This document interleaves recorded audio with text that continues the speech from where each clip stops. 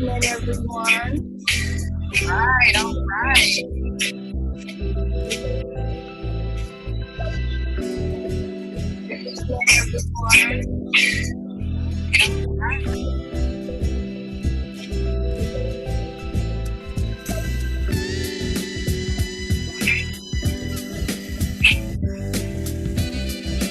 Hey, we're going to go ahead and get started.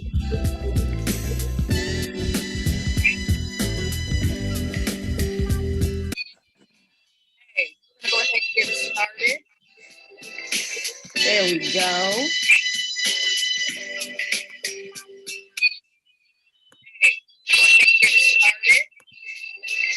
Okay. I see. Okay, so we got a little technical difficulty happening there.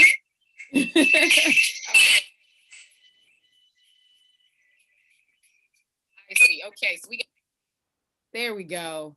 There we go. All right. Good evening, everyone. We deal with technical glitches all the time in this wonderful digital universe, and we just roll right along with it. So, hello. Welcome to the It Cast. I am your host, Nika Cherrelles, and this is the It Cast, Real Talk on Sex. Tonight's episode is brought to you by the Nikita Sex Toy, which is the only sex toy designed for adventure, play, and social change. You can learn more about the Nikita Sex Toy at triggerhappytoy.com. And you can also support the ItCast on our GoFundMe page and learn more about our work at nikacherrelles.com. NIKACHERRELLES.com. This week's topic, we are focusing on shifting beauty standards. Sex and beauty have a lot in common. Body image and self-esteem all play into how we relate to ourselves sexually. And in the booth, today we have our community correspondent, Kim. Hello, Kim. Hey. And we are joined by our conscious beauty expert, Marlu Soria. Marlu, welcome to the booth. Go. Hi, Nika. Hi, Kim. Thanks for having me. Yes, thank you for being with us. Of course. So before we dive in, would you please share a bit about yourself with the listening audience so they can get to know who you are? Feel free to talk to us about your, however you choose to identify as you move through this world. Sure. Hi, everyone. Thanks for joining us tonight. My name is Marlu Soria, and I am a conscious beauty expert. I am also a licensed esthetician and a professional makeup artist in the fashion, beauty, and entertainment industries. And, really since everything happened with the pandemic, I've really shifted to primarily focusing on clean and conscious beauty and what that means for our health, as well as really focusing on empowering beauty from the inside out and shifting the beauty standards. And I look forward to sharing more about that with everyone today. Beautiful, beautiful. So please do tell us a bit about how you got into the beauty industry. What got you passionate about that? Thanks. I've always loved playing with hair and makeup. Even before I became a makeup artist, I would, do makeup on friends for their weddings and for special occasions. And it really was just fun for me. I was a marketing director with a home healthcare industry, our family business. And I had been doing that for about 13 years. And I loved what I did there. I still love, the family business. And, but when in 2006, 2007, something like that, my god sister, Jackie, she was 8 years younger than me. We grew up together like sisters. When she was 26, she was diagnosed with stage 4 lung cancer. And, as she was dealing with cancer, she was always vibrant and energetic and just felt really good, loved being with people. Her personality was still great. And then it metastasized to her brain. And when that happened, she had to undergo radiation therapy daily. And when that happened, she got a lot of hyperpigmentation in her face. The vellus hair on her face, it became very dark and coarse and thick. And when that happened, she felt like she was sicker and she didn't really want to see people as much. She wasn't as outgoing as she was. And then one day her nail lady said, let me just try and wax a little bit of your face. And when she did that, she waxed off all the darkness, all the coarse hair, and it was like fresh new skin. I mean, and she was fine. It didn't affect her skin at all. And almost immediately, Jackie felt better. She wanted to be out with people. She, and she was really sick at this point with metastasis to her brain. And but it made that kind of difference. And in that moment, I said, that's what I want to do. I want to empower beauty, especially with women with cancer. And so I had a conversation with my mom and I said, Mom, this is what I want to do. I left the family business. I went on unemployment. I went back to school, got licensed as an esthetician, which is where I learned about being a makeup artist, that you could actually do it as a profession. I mean, I knew you could, I just didn't know that I could. I didn't know that I could be a professional makeup artist. And so I trained there at the same time. And here I am 10 years later, loving what I do. Pre-COVID, I actually traveled around to different hospitals and I taught women with undergoing active cancer treatment how to take care of their skin and do their makeup on an ever-changing canvas. And it's been the fulfillment of my life. Wow. To be able to do that. So that's beautiful. Thank you so much. I really get that, the whole conversation around like our exterior affects our interior and how we perceive it, how the world perceives it, how the world perceives us. And as your cousin was ailing and getting sicker, it's like there was only so much that she could hold on to feel good about herself. And I'm really hearing that there was a gift given back to her, just like being able to own her beauty. Yeah. And that's what I wanted to, that's the kind of difference I want to make. So I promised Jackie that I would spend the rest of my life making that kind of difference with women with cancer. And I get to do that. Even now, even in pre-COVID, even when we're at distance, working on how to contribute to women with cancer. And, because one of the things I really saw was that as women, our sense of self-worth, our self-confidence, all of that is directly related to how we're perceived and judged physically out in the world. We wouldn't have the conversations of I'm not beautiful or I don't feel pretty or I'm too this or I'm too that if there wasn't someone out there judging us and telling us that that's what we are. So I'm out to shift that. I'm out to shift that, the conversation of beauty is a physical judgment, and it really is. Let's get rid of that and let's have it be from the inside. Let's have it be, I'm the only one who gets to say that I'm beautiful or not. I'm the only one. No one else can tell me that.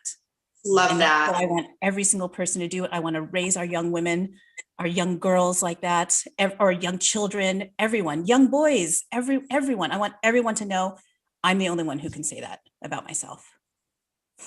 Yes, that's beautiful. Yeah, you spoke about being a pro makeup artist, like actually being in the industry. And I would love to talk a bit about like how society, how the media impacts and shapes our image and view of ourselves. I know it deeply affects self-esteem. I had issues with it growing up, and I love what you shared about like I'm the only one who gets to determine and dictate whether or not I'm beautiful. Has nothing to do with anyone else's judgments. Yeah. Well, I'll have to look up the study and I'll share it later, but one of the things is that I read this study on how teenagers spend about an average of 9 hours a day scrolling through media, looking whether it's on TV, social media, magazines, whatever it happens to be, and 9 hours a day. And whether it's conscious, I mean, really, it's all unconscious. Spending that much time on the media, we're unconsciously really setting unattainable standards of beauty. Everything that we see in the media, especially those we see with the celebrities, we see, all the ads on TV, it takes a team of people to make that happen. It takes hair, makeup, lighting, the right photography or cinematography. It takes editing, clothing, all of it, everything is all manufactured. And I know this because I'm one of them. I'm one of those artists who makes that perfect image that you see on media happen. And, and I think that's actually one of the things I really got present to is I love being a makeup artist. I love making people feel great. I love working with teams of people, producing an image that looks that can be seen on magazines, that can be seen on campaigns.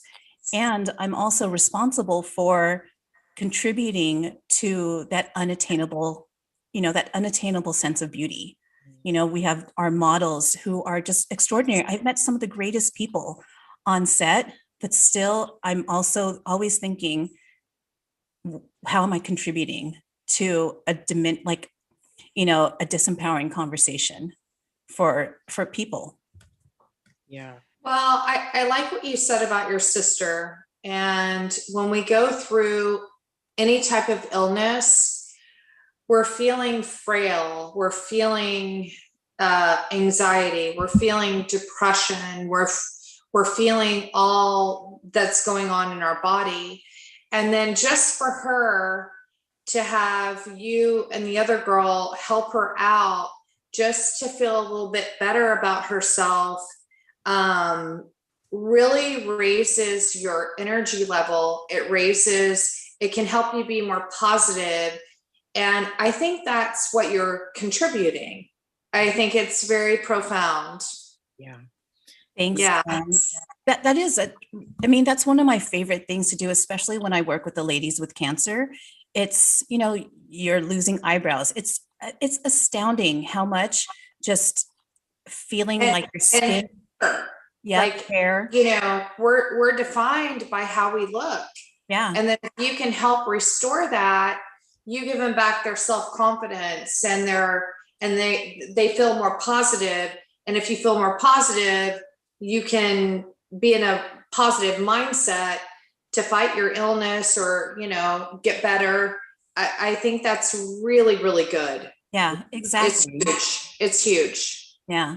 And that's also one of the things too. It's, now that I'm out there, having more conversations with people, it's like, look, sometimes I'll spend 30 minutes on just doing a winged liner because I really want to, because that's the look that I want to achieve.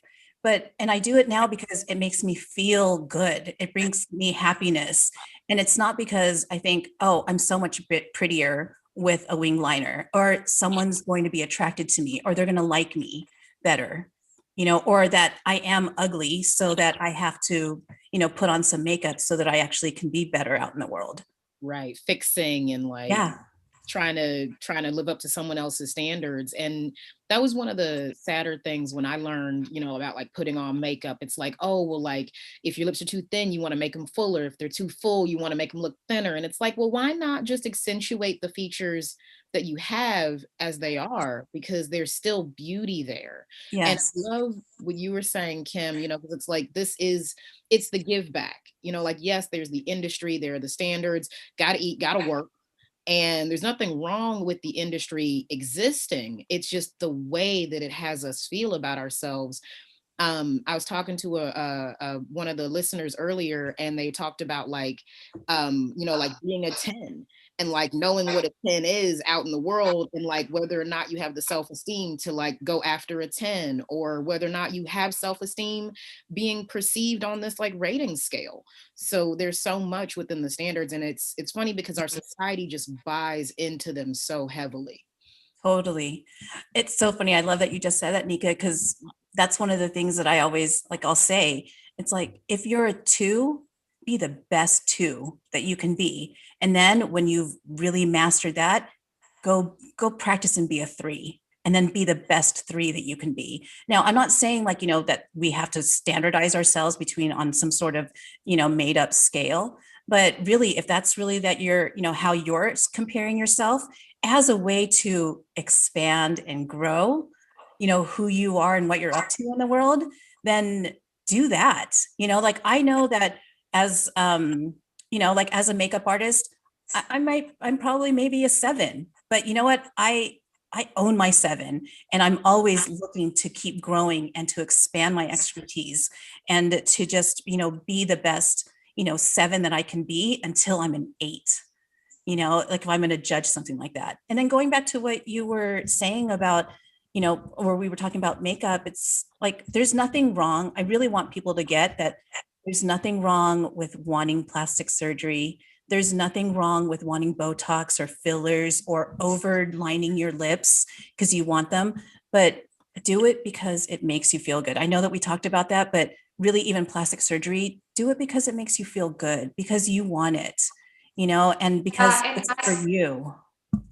And I just have something to say, like to the young girls, is if you're going to do it for yourself. Don't do it for your partner. Don't do it because of what's on the media and all this other crap. Like, just do it for yourself because you feel good. Yeah. Some days I go with no makeup at all. I feel great. And other days I'm like, I'm put a little makeup on and do whatever. It's just like whatever I feel. And I don't want, especially the young girls, to feel like they have to live up to the standard that was created by the media, with all of the plastic surgeries, with all of the filters that are on social media, all of these things. And I'll see people on social media with these filters or whatever, and then I'll meet them in person, just a group of girlfriends or whatever. They don't look anything like that. And so I just feel like it needs to be a little bit more genuine and authentic, and just do it for you. Just do it for yourself. Yeah. Love the skin you're in. Yeah. Love the skin you're in. I think that's also one of the things too that that I'm also known for as a makeup artist, is that I love skin to look like skin. I like to just enhance. I'm not one of those people who will do a full contour and highlight, and first of all, and I know I'm probably going to get a little bit of flack for this, but when people say, I like a beat face, I would like to take that out of our vernacular. I get that it's a whole thing. Do you know what I'm saying? I get that it's a whole culture. What is that? When they say like a beat face, it's a lot of makeup. And I know I just probably opened up something that I'm going to be, really regret in the future. Now, it is specifically designed for, for culture, like, for, drag makeup and all that kind of stuff. And I honor it and I respect it. But like when you have kids, like young people, like not using it properly, and they're like, oh yeah, I just want to beat, or whatever. Can you beat my face? Like whenever someone asks me that, I'm just like, deep cleansing breaths, and there's nothing wrong with it. I don't mean to diminish. Please. And I sincerely apologize if I offend anyone or if anyone gets reacted by that. However, it's not a term that I would like to continue, especially for the young people. Yeah. I would like it to be, but anyway, so going back to, I'm not someone who does a whole lot of makeup. I don't like a lot of makeup on myself or on my talent. Got it. And beat, you're spelling like B-E-A-T, like beaten, like, okay, got it. I was thinking like beat red, and I'm like, well, that could still, lots of rouge, lots and lots of rouge.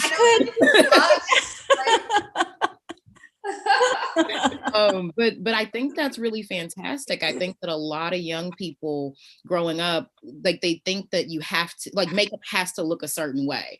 And like when I was a kid, I'd like grab my mom's lipstick and I'd literally make myself look like a clown, not knowing that like it doesn't belong here and there as well as there. Like, no, those are all different components. But I was buying into that culture that you're referring to, of thinking like that's what beauty is supposed to be. Yeah. So why I like what Marlu is saying, because she enhances the natural beauty. Yes. Basically, that's what she just said. Yeah. Now, look, like I said, going back to it, like there are nights and days and whatever where I will put every single bit of makeup in my drawer on my face.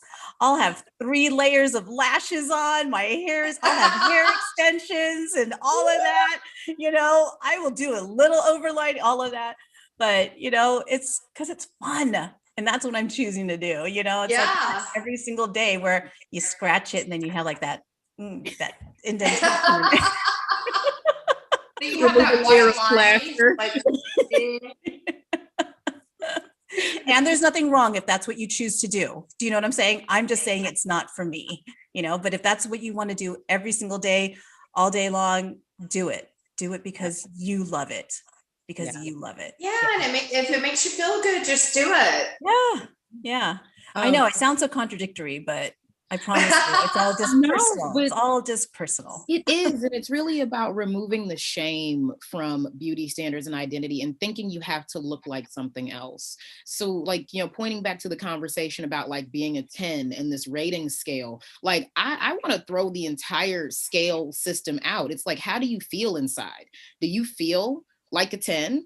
Don't ever let someone else tell you where you fall on this arbitrary made up system. And those are the types of conversations that we're having so that people really get that they are loved, and that love itself comes from deep within. And when it's coming from within, then it can go out and permeate and touch other people. So we're all beautiful. And like, Yes. it's also in how people around us are perceiving us. There are people that I think are beautiful that you might not think are beautiful, and so forth and so on. And it's not a one standard conversation. It never has been. Yeah, totally. Yeah, I agree. And beauty comes from within. It's about your spirituality, your soul, your energy, all of that. And then it just permeates throughout. Yeah. That's one of the things that I say. So one of my favorite games to play is, I get asked about my age, or people just assume that I'm like in my 30s or something. However, I am proud to be 51 years old, and I love it. It's, one of my favorite things. My mom started me off with, great skincare when I was 14. She took me to the Clinique counter and, set me up. And so I started a regimen right away. Thanks, Mom, if you're listening. And, and I am diligent about my sunscreen. But yes, I have great genes. I wear my sunscreen. But one of the things I also say to people that I think also keeps me youthful looking is that I love my life. Mm-hmm. You love yourself. I love myself. I love my life. I That's love who I am in the world. There's so many things that we can be upset about or disempowered by. And not to say that I don't have tough days or tough moments or months or even years, but you just got to still keep working on it, so. That's beautiful. That's so beautiful. Thank you for really sharing that. I think about how, the things that contribute to aging, like stress and like frowning and being pent up and such. And it's like when we actually allow ourselves to love our lives and relax into just being a part of the process, it makes it's such a different experience. And the thing is, like, it actually literally adds years to your life to not be stressed and like hating it. And I'm getting like it adds years to your youth. Like I'm sitting here aging. I'm like, I probably look older than you in my 30s. I rub away my one wrinkle. But make sure you're doing it because it brings you joy, Nika. Make sure you're doing it because it brings you joy. Okay. Smile the wrinkle away. Right. Yeah. But this is huge. One of the things we talked about prior to the conversation is how this affects our mental health and depression. And I think you mentioned 30 million people suffer from an eating disorder. Yes. Yes. Oh my God. 30 million people suffer from like bulimia, anorexia, binge eating. And I think we were talking about, right? Like, the number one addiction is food. Mm-hmm. Yeah. So like, what is all that? It's also part of that, everything that we see on social media, everything that we see, on the TV shows, it's hot girl hamburger, hot girl steak dinner. Like it's people's food and the hot chicks. Yep. Yeah.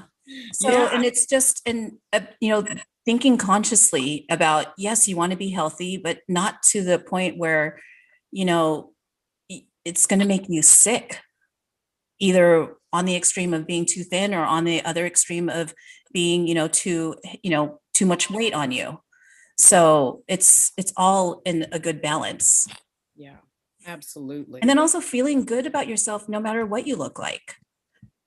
And I'll be honest, it's a challenge for me too, to think that way for my own self. Yeah. I just love my cellulite. There was something, what was it that you said, Kim? And I don't know if someone Can asked I say you. it, Nika? Go for it. Well, I had this really young girl, and she asked me if my boobs were real, and I said, yeah, and so is my cellulite. I said, do you want to see both? And she's like, no. I'm like, yeah. So I just embrace all of it. Yes. And I don't let it limit me. I don't let it stop me from doing what I want to do. It's just, I don't let the media or anybody define who I am or judge me. I don't give a shit. You just have to be yourself, be free, be confident in who you are, and just do the little things for yourself. Like with you, with the makeup, Marlu, that's really profound, especially with cancer patients and people who are suffering, because I think it makes a huge difference. And just be positive and move forward. Yeah. Yeah. And take baby steps. Do what you can do to improve your health, improve little things, and we don't have to do it all at once. Yeah. Let's talk a bit about the industry. Like, Yes. some really good information that I think is going to be helpful, for all of our listeners out there to pay attention to. So talk about like what's in our products. Yeah, well, that's one of the things too that I love, and thank you, Nika, that I really started to notice and pay attention to, especially when the pandemic happened. But even before then, I was starting to really notice about what are the ingredients in our personal care products, cosmetics, skincare, all of our body care. One of the things that we have to remember is that our skin is our largest organ, and everything that we put on our skin is absorbed into our bodies, into our bloodstreams in about 28 seconds. Up to 60% of that product is absorbed into our bodies in about 28 seconds. So that really has you think about, what am I putting on my skin? Because we think, oh, I'll put on some lotion. It's just on my hand. It's just on top, but not thinking about, is it being absorbed into our bodies? And one of the things that I also really started paying attention to, and why was several years ago, I started to get really sick. My hair started to fall out. I had a lot of pain in my body. My nose got swollen almost twice the size. And we discovered that I had infections in my nose, and they were looking at what was happening. I ended up finally, after almost a year, I had so much pain. I couldn't sit. I couldn't stand. My body wasn't producing any natural fluids, like no natural tears, no saliva. It was hard for me to eat, like even the natural lubricants in my joints. So like even moving in my muscles. And finally, after 2 surgeries within just a matter of like 6 weeks on my face, the surgeon actually, looked at me and he said, we're going to do everything we can, but we're probably going to have to remove your nose and you will be deformed. Oh my gosh. And that was frightening to me. I'm so grateful. Thank you, Dr. Poon, for saving my nose. I mean, they took out a good chunk of my nose, but they managed to save it. And we still didn't know what was happening. And finally, it ended up where I was diagnosed with a rare autoimmune disease called sarcoidosis. And thankfully, if you're going to say thankfully for how it was, it usually expresses itself in like your lungs and in your lymph nodes. But for me, it's in my skin, and it's in like a little bit in my joints. And so it's like, keeping on top of that. So I was really focusing on, what are the foods I was eating? What are the products I'm using around the house? I never once thought about my skincare and my cosmetics, and as I'm touching them, putting them on other people. Even as a professional in the industry for about 10 years, I didn't really know so much about how harmful all the ingredients were, that's in our products. And one of the things is, my beautiful friend Charlotte introduced me to a company called Beauty Counter, and they are the leading clean makeup brand, clean personal care product brand out there. They're really setting the standards of beauty, clean beauty, natural, organic, all those labels. They're not regulated in the industry. And so what Beauty Counter is doing is they're actually creating legislation to to federally define the standards of beauty, Yeah. or like, the clean, what clean beauty means. And one of the things I love about them is they actually have a VP of social mission who is a professional bill writer and lobbyist on staff, writing bills to create this legislation for the entire country. It's not just about Beauty Counter. It's not just about clean beauty.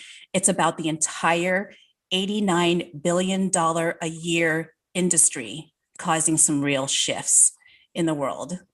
And the thing is, do you think that some of these major cosmetics brands are going to want to do that?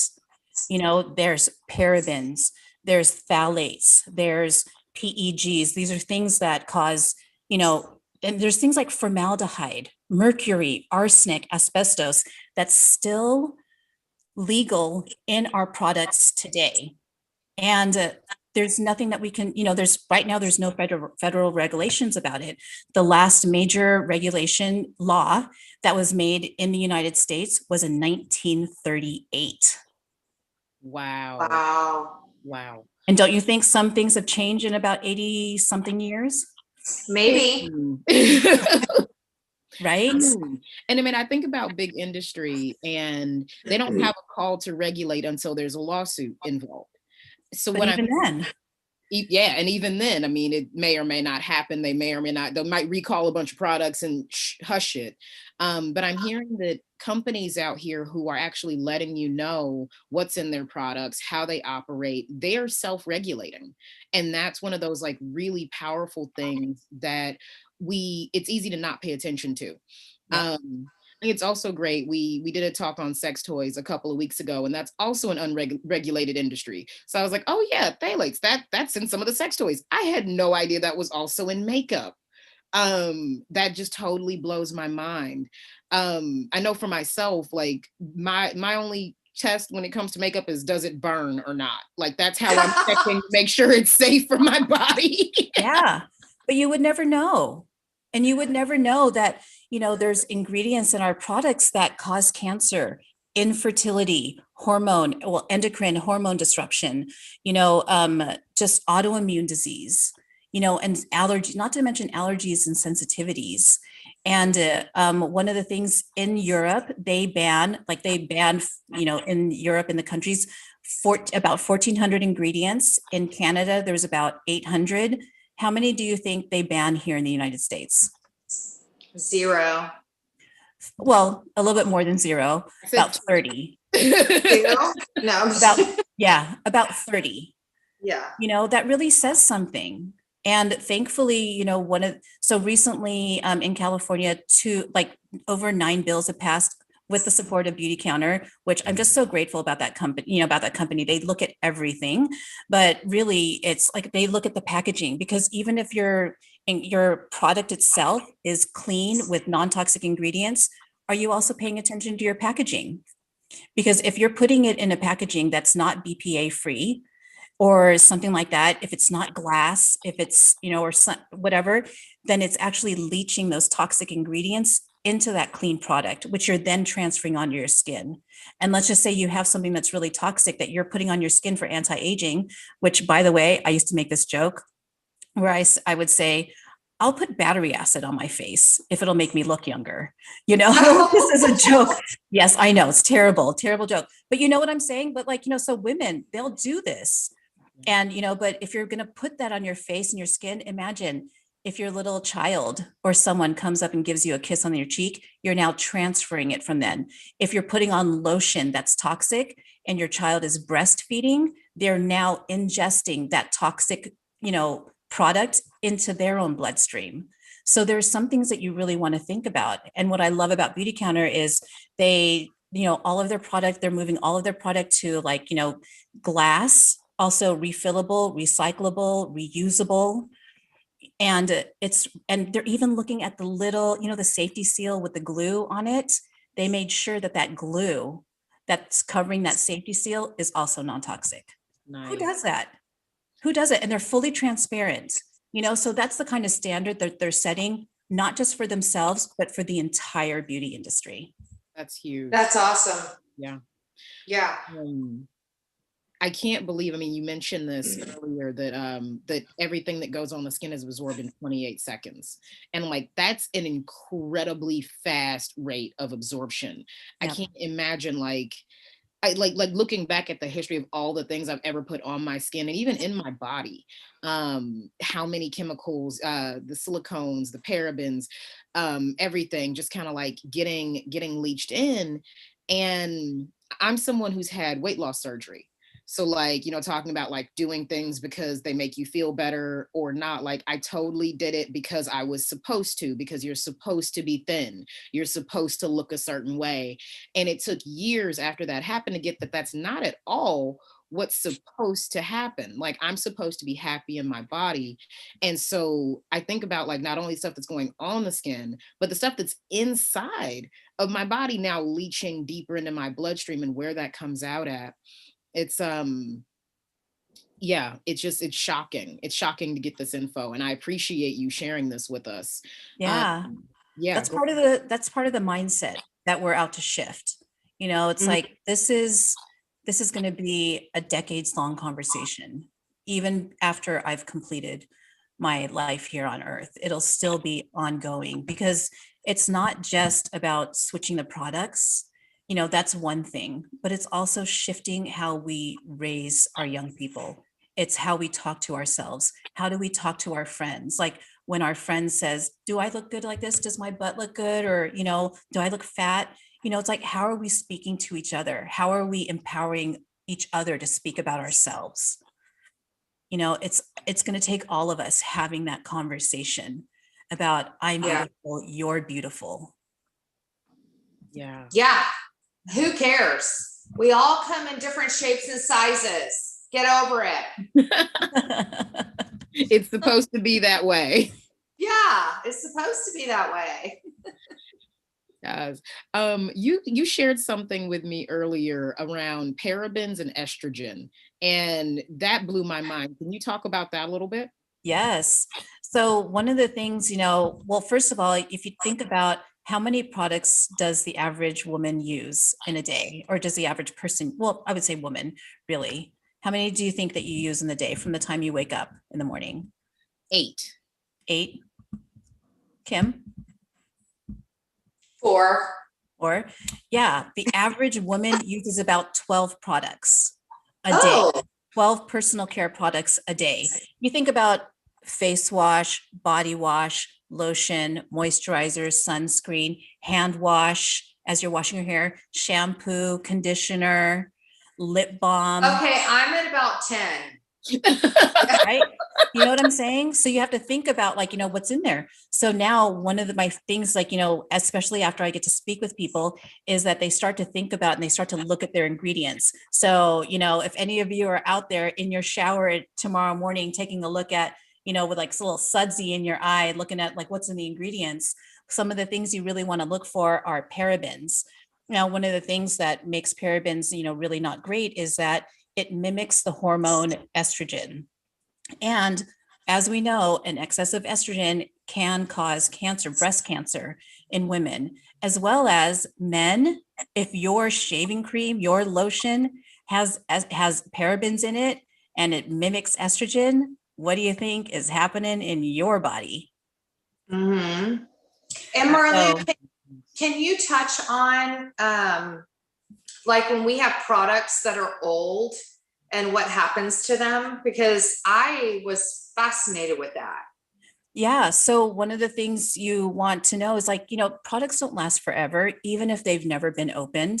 And especially if the kind of packaging they're in is also going to leach some toxic ingredients into that product. Now imagine you have something that's expired, you know, maybe however many years expired, and then it's now broken down, it's now absorbed whatever is in that container that it's been in, and it's now kind of shifted and transformed its original whatever, and then you put it onto your body. Just, you don't know what kind of harm that's going to do your body, because it could have transformed into something super toxic that is just going to make you sick. I actually have I know someone recently who was telling me about this product that they had, but it might have been about 10 years old, but it was brand new. They put it on their face and their face blew up. Like just, you almost couldn't like even open their eyes. They couldn't even open their eyes. They were so swollen. And it's that kind of stuff you want to make sure. So if you have any expired products or anything that's been left out in the sun or just smells a little funny, maybe looks, just get rid of it. Your health is just not worth that, saving that money. Really just get rid of it. Oh God, yes. I'm so glad you brought up saving money, because one of the things that I've done and I've seen a lot of people do is like buying the cheapest item possible. And like like buying things, makeup at the dollar store, body products, cosmetics. And there's nothing wrong with these industries existing, but knowing how they're regulated versus not regulated in those spaces is critically important. I know for myself, I'm always like, I'm going to squeeze this until the last drop. And I want to get every ounce out of it. And I've cut my jars, I've cut my little squeeze, my little Yep. whatever things, containers. Yeah. To get the last little bit in there. Yeah. And I love that you said like it's not worth it, like things go bad. I think you mentioned on one of our other conversations, like was it salmonella in your body lotion? And I'm like, I had no idea that could happen. And I recall having lotions. I'm like, why does it smell sour? Like, what is that?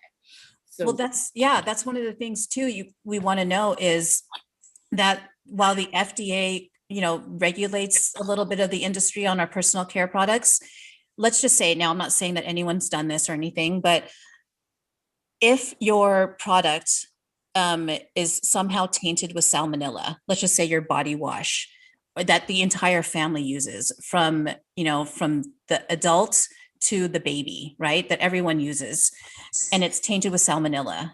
The FDA is not required by law to do anything about it. They don't have to notify people. They don't have to recall it off the shelves. They don't have to make the manufacturer, notify people, whatever. They can make suggestions, but they don't have to do anything about it. You can continue using this tainted, toxic, product for your whole family, and you may never even know about it. And that's why it's so important to regulate the industry, to have some accountability for, what we're doing to our people, just because you want to save a little bit of money. Now, I want to save a little bit of money. I don't want people to go broke, just because they want to feel and look good and feel beautiful. But I want all of us to really be agents for change as it relates to our health and well-being through beauty. It really is so important, because, and here's one of the things too, I'd love to share it somehow, is if you text Better Beauty to 52886, you will actually send a message to like, I think it's Senator Feinstein's office, where it actually, you can use your voice for change. Let them know, text Better Beauty to 52886, and it'll actually support, you can give your voice to supporting bills like the Toxic Free Chemicals Act, like shifting like the Safer Fragrance Bill. There's so many, the one that actually, prevents and bans oxybenzones from being in our sun protection products that were actually killing the reefs. So there's lots of things that, as simple as sending a text message, you can actually be an agent for change for beauty. nice. I love that. Beautiful. Thank you. Thank you so much. Is there anything else you'd like to share before we wrap up our show? Yeah, I just wanted to say, one of the great things that I love is that I have really great partners in the world. I really wanted to send a special shout out to Lenovo. They reached out to me. Lenovo, the computer company, they're so extraordinary, especially my partner at Lenovo Holland.